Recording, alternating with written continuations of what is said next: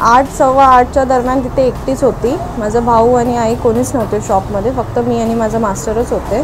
7-8 माणसं होती, त्याच्या मागे 2 कार होत्या, एक करण मडवीची होती, एक MK मडवीची होती, त्याच्यासोबत त्यांची 4-5 माणसं, पोलीस बॉडीगार्ड आणि अजून 2-3 आपले वर्दीवाले ऑफिसर्स पण होते। 10 ते 15 लोकांनी शॉपवरती जसं की हल्ला करतात तसा हल्ला केला।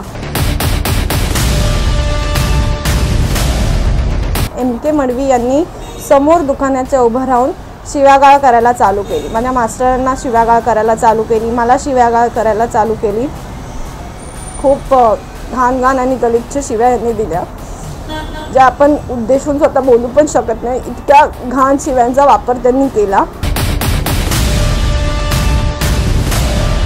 मला जेव्हा धमकी देत होते मला आणि माझ्या मास्टरला, त्यावेळेस त्यांनी हे सुद्धा सांगितलं की तुम्ही भीमनगरला या, तुम्हाला दाखवतो MK मडवी हा काय आहे।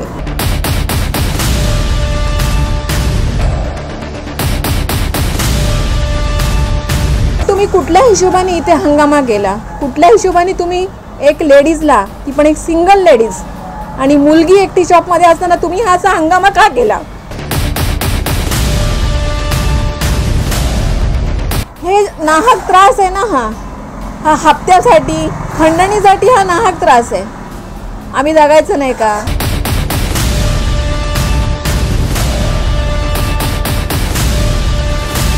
धमकी देऊन माझ्या मुलांना जर कमी जास्त जीवाला धोका आहे त्यांच्या, तर जबाबदार ही व्यक्ती राहणार।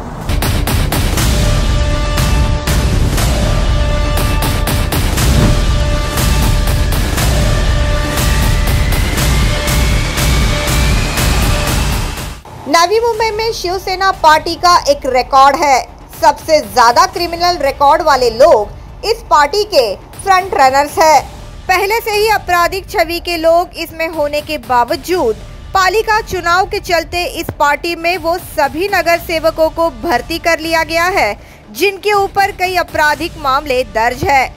ऐसे में कोई हैरानी की बात नहीं कि इनके एक ही नेता पर उनके विभाग की युवती ने प्रताड़ना और अश्लील भाषा का इस्तेमाल करने का आरोप लगाया है। ये आरोप लगा है शिवसेना के पूर्व नगर सेवक MK मडवी पर। दर्शकों को याद दिला दे कि MK मडवी की आपराधिक छवि तब सामने आई थी जब उन्हें नवी मुंबई महानगर पालिका के मल्टी करोड़ भीसे घोटाले में मुख्य आरोपी का करार दिया गया था। इस बार जिस युवती और उनके मां ने उन पर आरोप लगाया है, उसकी ऐरोली सेक्टर 8 स्थित ईडन पार्क इमारत में कपड़ों की दुकान है। जयश्री पाटिल सिंगल मदर है। लॉकडाउन के समय दुकान पूरी तरह से बंद होने के चलते उनकी आर्थिक स्थिति काफी कमजोर हो गई थी। कोविड की स्थिति सामान्य होने के बाद उन्होंने अपने दुकान के मार्जिनल स्पेस में फ्रूट की छोटी दुकान एवं पानी पूरी का काउंटर लगाया था। जब से उन्होंने दुकान शुरू की थी तब से बार बार उन्हें हफ्ते के लिए प्रताड़ित किया जा रहा था, मगर अब हाल ही में जब जयश्री पाटिल की बेटी तृप्ति वाघ दुकान पर अकेली थी, तब MK मडवी, उनके पुत्र करण मडवी तकरीबन 10 से 12 लोगों के साथ दुकान पर पहुंचे और फल उठाकर फेंकना शुरू कर दिया। साथ ही पानी पूरी का काउंटर गाड़ी में रखा एवं भीमनगर ले जाने की बात कही। त्या दिवशी 3:15च्या सुमारास करण मडवी शॉपच्या इथे आले। शॉपच्या इथे 4-5 वेळा फेऱ्या मारल्या, शॉप ते बघून गेले। त्याच्यानंतर मी 8 सव्वा 8च्या दरम्यान तिथे एकटीच होती। माझा भाऊ आणि आई कोणीच नव्हते शॉपमध्ये, फक्त मी आणि माझा मास्टरच होते। त्या टायमिंगला एक मोठा ट्रक आला। त्या ट्रकमध्ये महानगरपालिकेची युनिफॉर्म घातलेली काही माणसं होती, 7-8 माणसं होती। त्याच्या मागे 2 कार होत्या, एक करण मडवीची होती, एक MK मडवीची होती, त्याच्यासोबत त्यांची 4-5 माणसं, पोलीस बॉडीगार्ड आणि अजून 2-3 आपले वर्दीवाले ऑफिसर्स पण होते। 10 ते 15 लोकांनी शॉपवरती जसं की हल्ला करतात तसा हल्ला करत असताना मी बाहेर माझं सामान बघायला गेले। सामान मी आणि माझ्या मास्टरांनी थोडंफार जेवढं आतमध्ये घेता येईल तेवढं आतमध्ये आम्ही घेतलं, पण बाकीचं जेवढं सामान त्यांच्या हाताला लागलं त्यांनी अक्षरशः ते रोडवरती उचलून फेकलं। त्या दरम्यान MK मडवी यांनी समोर दुकानाच्या उभं राहून शिव्यागाळ करायला चालू केली। माझ्या मास्टरांना शिव्यागाळ करायला चालू केली, मला शिव्यागाळ करायला चालू केली।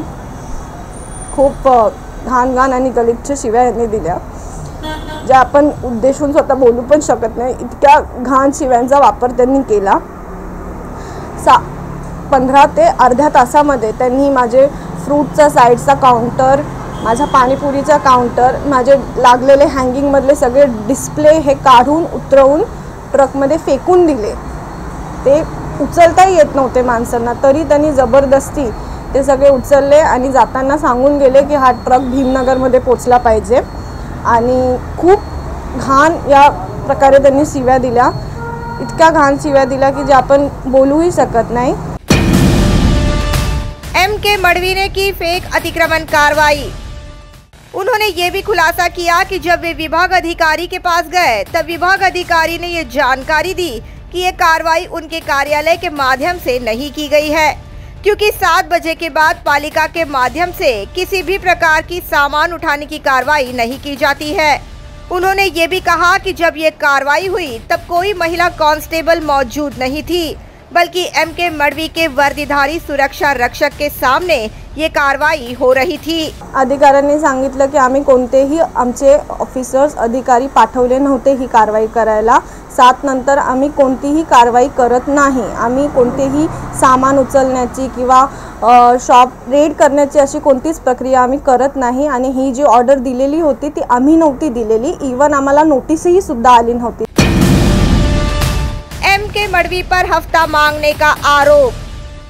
आगे उन्होंने ये भी कहा कि जब से उन्होंने पारी पूरी का काउंटर स्टार्ट किया था तब से उन्हें हफ्ते के लिए प्रताड़ित किया जाता था एवं हफ्ता दो नहीं तो दुकान चलने नहीं देंगे, ऐसी धमकी भी उन्हें दी जा रही थी. हो, हा आरोप आहे. कारण की ज्यावेळेस पाणीपुरीचा काउंटर लागला 3-4 महिन्या आधीपासून त्याला हरॅसमेंट चालू होती. माझ्या पाणीपुरी जे चालवतात त्यांची हरॅसमेंट चालू होती की आम्हाला हफ्ता हवा आहे तरच आम्ही काउंटर लावू देणार किंवा आम्ही हा घेऊन जाणार. खुलेआम डराया MK मडवी ने युवती को. उन्होंने ये भी कहा कि जब उनके दुकान का सामान उठाया जा रहा था तब MK मडवी बार बार ये धमकी दे रहे थे कि भीमनगर में आओ फिर पता चलेगा MK मडवी क्या चीज है. क्या पालिका के अधिकारियों के साठगांठ के साथ MK मडवी चला रहे हैं अतिक्रमण माफिया. उन्होंने ये भी खुलासा किया कि MK मडवी मानो खुद का अपना अतिक्रमण विभाग चला रहे हैं, जहां वे लोगों का जब्त किया हुआ सामान ले जाते हैं एवं सामान वापस देने के लिए लोगों से पैसे मांगते हैं एवं बाद में 1 हफ्ता भी तय कर लेते हैं. जे सामान आहे ते जसं की जिथे आपले शासकीय डम्पिंग ग्राउंड आहे तिकडे ते सामान आहेच नाही. आमचं सामान ज्यावेळेस त्यांनी सामान नेलं त्यावेळेस त्यांनी सांगितलं होतं की हा ट्रक भीमनगरमध्ये पोचला पाहिजे. आणि इवन मला जेव्हा धमकी देत होते मला आणि माझ्या मास्टरला त्यावेळेस त्यांनी हे सुद्धा सांगितलं की तुम्ही भीमनगरला या, तुम्हाला दाखवतो MK मडवी हा काय आहे असे त्यांनी सांगितले होते. आणि त्यावेळेसही त्यांनी सांगितलं की हा ट्रक भीमनगरमध्ये पोचला पाहिजे. जेवढंही माझं सामान आहे, माझे 2 काउंटर आहेत, माझं जेवढं सामान त्यांनी नासधूस केलेलं आहे ते डम्पिंगमध्ये अवेलेबल नाही असं अधिकाऱ्यांनी नोंद केलेली आहे. ते सामान आता ते प्रायव्हेट त्याच्या डम्पिंग ग्राउंडमध्ये ठेवलेलं आहे. असं बोललं जातं की ते सामान जर आपल्याला मिळून घ्यायचं असेल तर 1 हप्ता ठरतो आणि किंमत ठरते, त्याच्यानंतर ते सामान मिळवलं जातं. महिलाओं ने कहा ना करे MK मडवी उन्हें परेशान. तृप्ति की मां जयश्री ने कहा कि MK मडवी ये जनता के चुनकर दिए हुए प्रतिनिधि है एवं उनके द्वारा आम लोगों के साथ इस प्रकार की गुंडागर्दी वाला बर्ताव कितना जायज है. उन्होंने ये भी कहा कि अगर हमने गलत किया है तो हम पालिका को दंड भरने के लिए तैयार है, मगर आपको हम पर कार्रवाई करने का हक किसने दिया. इथे माझा कपड्याचा व्यवसाय आहे. मुलगी माझी फॅशन डिझायनर आहे. मी सिंगल लेडीज आहे, माझे मिस्टर नाही आहेत. मी खूप कष्ट करून खूप त्रास घेऊन इथपर्यंत आलेली आहे. कोविडच्या काळामध्ये माझं शॉप वगैरे सगळं बंद पडलं आणि हा धंदा चालत नसल्यामुळे मी साईडला 2 जोडधंदे लावलेले आहेत. मी 3 वाजता घरी गेली, मुलीला एक शॉपमध्ये सोडलं. 8च्या सुमारात MK मडवी हे माझ्या शॉपमध्ये आले. सामानाची नासधूस केली, मुलीला माझ्या मास्टरांना गलिच्छ शिव्या दिल्या, माझ्या सगळ्या सामानाची तोडफोड करून कपड्यांचे डिस्प्ले, पाणीपुरीचा काउंटर, फळांचा काउंटर दादागिरी करून घेऊन गेले. आणि इथोपर्यंत धमक्या देत होते. MK मडवी काय चीज आहे, भीमनगरमध्ये येऊन भेटा. हे लोकांनी जनतेने निवडून दिलेले हे जनतेचे प्रतिनिधी हे असं करणार का? ही पालिकेची कारवाई आहे, तर पालिका करेल. आणि जर आम्ही चुकलं असेल तर आम्ही तिथे पालिकेचं पावती भरून आम्ही आमचं देऊ आणि घेऊन येऊ.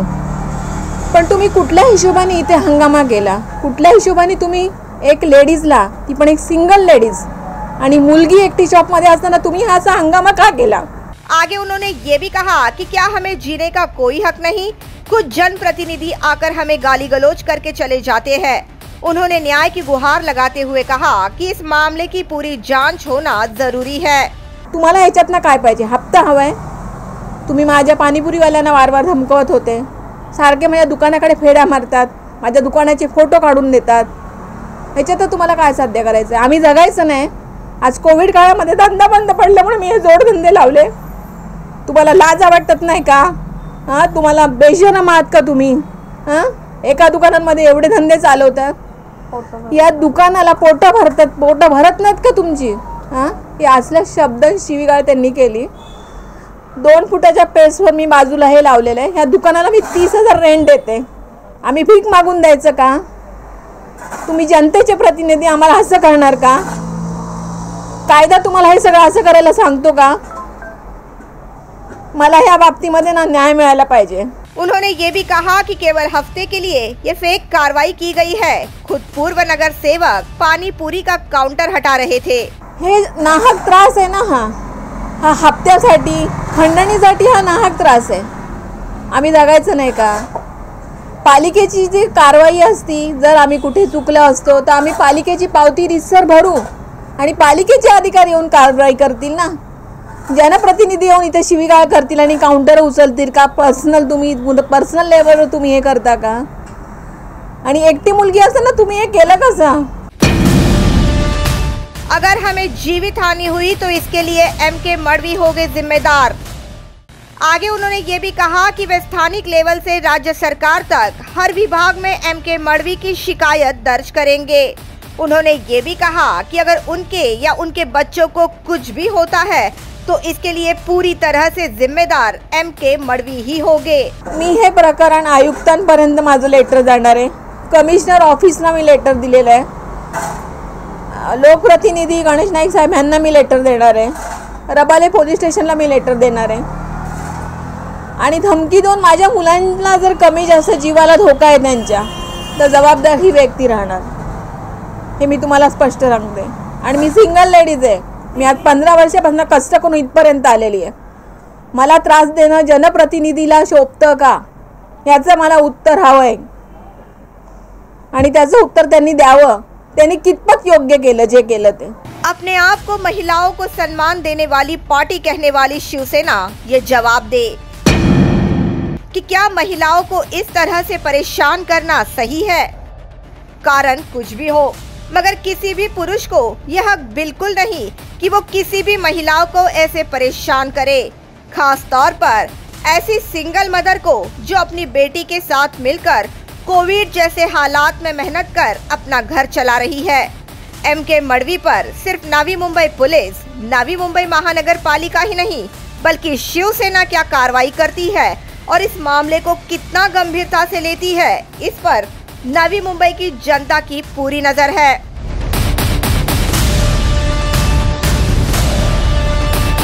Bureau report, the metro.